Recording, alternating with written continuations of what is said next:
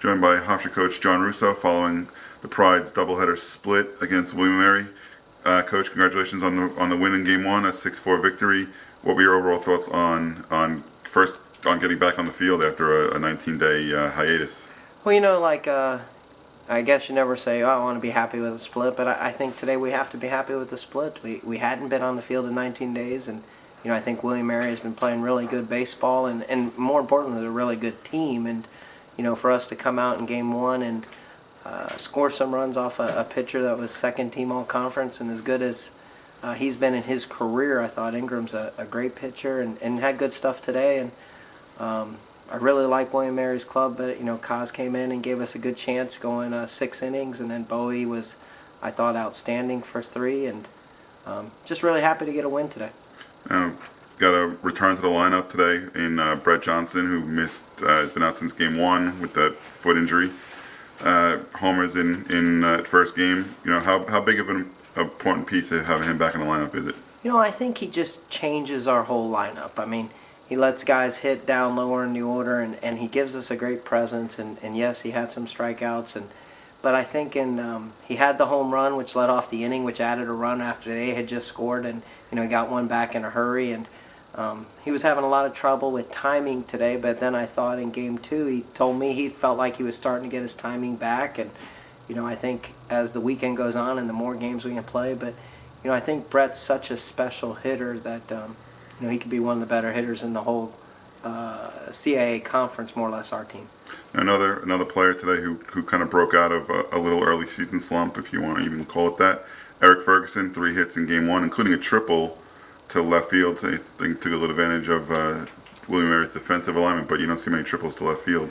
No, you don't. And Fergie ended his last game in Hawaii. I think he got 2 hits, which he'd been struggling probably that whole first 8 games, and then he got 2 hits. So for 3 weeks, for 19 days, he's been feeling pretty good about himself. And then to get 3 hits, and he worked really hard in the last 19 days to figure out his stance, and to get that triple, he really, it ended up paying off, because then they threw a wild pitch and he scored all with 2 outs. And if he dogs it and just gets a double, he only moves to third. And I think Dalton got out to end the inning. So it was a big run and a big time, and super happy Fergie was able to have a good first game.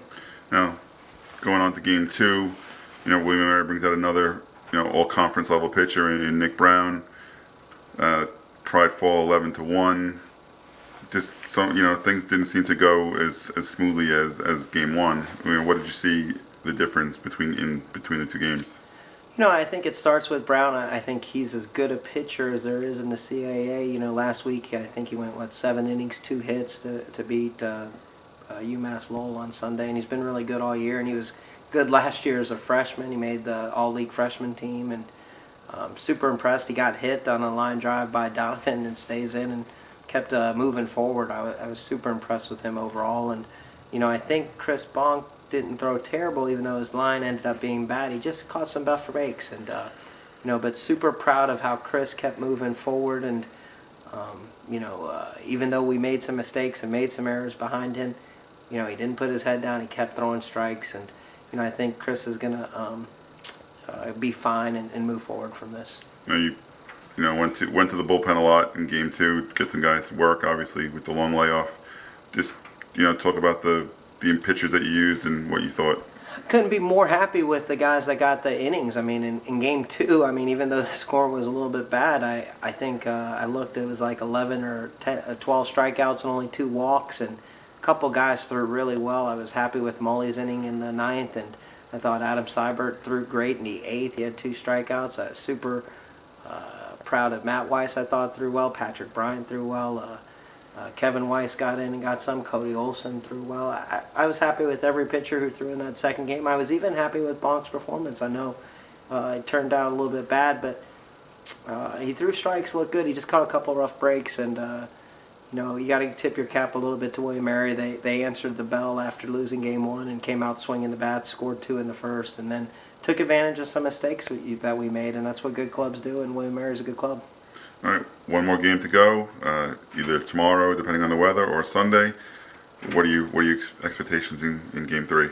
I think we're all excited to see what Alec Eisenberg's going to do on the mound. He's coming off a 5 1/3 one-hit performance at Hawaii. He's looked really good. I saw him throw on Thursday. I thought he looked really good. And, more importantly, we have, some guys behind him. And then we get more at-bats. And I think the more we play, the better we'll get. And especially with this being a young club, every time we get on the field is invaluable. And, that was the thing that we lost most in those 19 days. I think any club gets better when they're playing more or less a team that was new like us. So, these days are invaluable right now to us. And, it's a conference win. And in the last 2 years, we've missed by a half game of making the tournament. I was talking to the team today. It's huge to win a series, and we've got to win this series versus William & Mary now with the chance to do it.